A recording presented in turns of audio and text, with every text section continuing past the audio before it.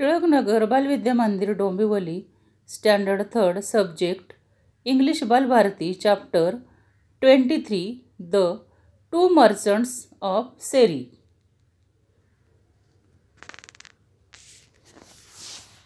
Welcome children.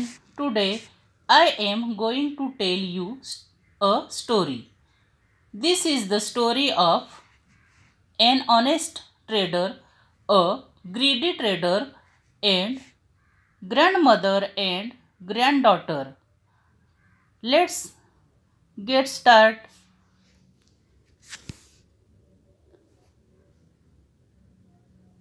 The two merchants of Seri.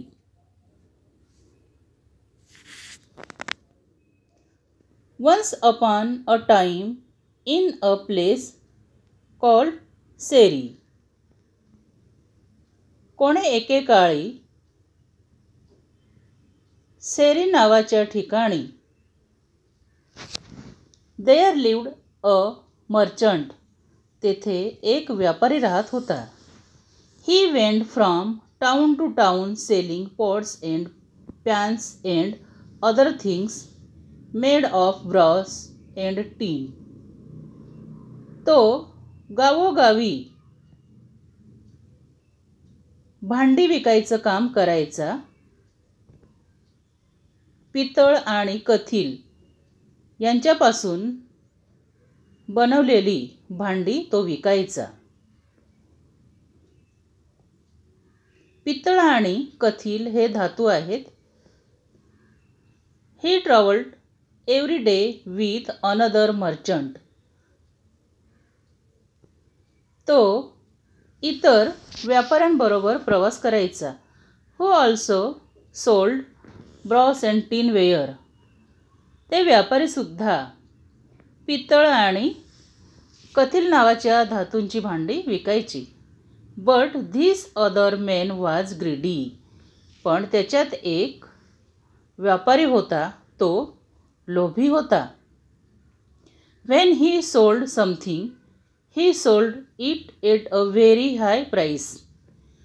तो खूपच जास्त किमतीची भांडी विकायचा. But when he bought something he tried to give us little as possible. पण दुसऱ्यांकडून जेव्हा वस्तू घ्यायचा तेव्हा तो खूपच कमी किमतीमध्ये घ्यायचा. पूर्वी वस्तू घेऊन वस्तू द्यायचेत किंवा धान्याच्या स्वरूपात वस्तू विकत घेतली जायची. उदाहरणार्थ, मातीची भांडी घ्यायची आहेत तर धान्य देऊन मातीची भांडी विकत घ्यायची. कपडे घ्यायचे आहेत तर धान्य देऊन किंवा दुसरी वस्तू देऊन त्या वस्तूच्या बदली दुसरी वस्तू विकत घेत असत. When the two merchants went in to a town they divide the street between them. जेव्हा हे दोन्ही व्यापारी एका गावात गेले, ते दोन रस्त्यामध्ये विभागले गेले. एका भागात एक व्यापारी गेला, दुसऱ्या भागात दुसरा. Each one went up and down the street he had chosen. आणि आपापल्या निवडलेल्या मार्गाच्या दिशेने ते गेले. Calling tinware for sale, brass for sale. आणि मोठ्याने हाक मारायचे, ओरडायचे.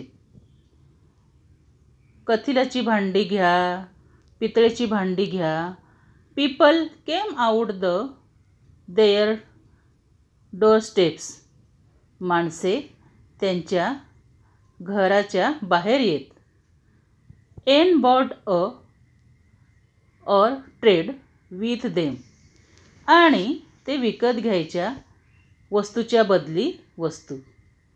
Only there one merchant had finish his business.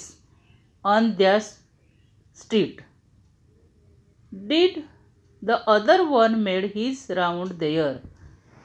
एका व्यापाऱ्याचं त्या ठिकाणी माल विकून झाला तरच दुसरा व्यापारी त्या ठिकाणी विकण्यासाठी जात असे. In those days, people did not always use money to buy things. त्या काळात वस्तू विकत घेण्यासाठी पैशांचा वापर होत नव्हता. वस्तूच्या बदली वस्तू घेत असत आणि देत असत. Sometimes they exchanged things of the same value. आणि सारख्याच किमतीच्या वस्तू एकमेकांना देत असत. In one house there lived a poor old woman and her granddaughter. आणि एका घरामध्ये एक आजी आणि तिची नात राहत होते. The family had once been rich. त्या फॅमिलीमध्ये म्हणजे कुटुंबात त्या एकेकाळी खूपच श्रीमंत होत्या. But now the only thing they had left of all their riches was a dish made of gold. आता त्यांच्याकडे काहीच उरलं नव्हतं. त्यांची श्रीमंती आता उरलेली नव्हती. त्यांच्याकडे सोन्याची ताटं असायची. However, the grandmother did not know it was a golden dish. आणि त्यांच्याकडे एक डिश होती म्हणजेच एक ताट होतं. त्या नातीला ते माहीत नव्हतं की कसलं आहे. The dish stood on a shelf among the other pots and pans. आणि ती डिश म्हणजेच ताट त्या इतर भांड्यांबरोबर ठेवलेली होती. And was not often used. आणि त्याचा वापर करत नव्हत्या. Now the greedy merchant passed this house. आणि तो लोभी व्यापारी तिकडून जात होता. Buy my water jars. आणि पाण्याचं भांडं घ्या. Buy my pans. आणि माझी भांडी विकत घ्या. Buy my tinware. आणि कथिल नावाचे धातू आहेत त्यांची भांडी घ्या असं तो सांगत होता. The granddaughter said, "O grandmother." तेव्हा नात आजीला म्हणाली, आजी, do buy something for me. माझ्यासाठी काहीतरी विकत घे. Oh my dear, said the old man. We are too poor to buy anything. तेव्हा आजी म्हणाली की मुली, आपण खूपच गरीब आहोत. आपल्याकडे विकत घेण्यासाठी काही नाही. I have not anything to trade even. विकत घेण्यासाठी आपल्याला व्यापाऱ्याला देण्यासाठी काहीसुद्धा नाही. थँक्यू.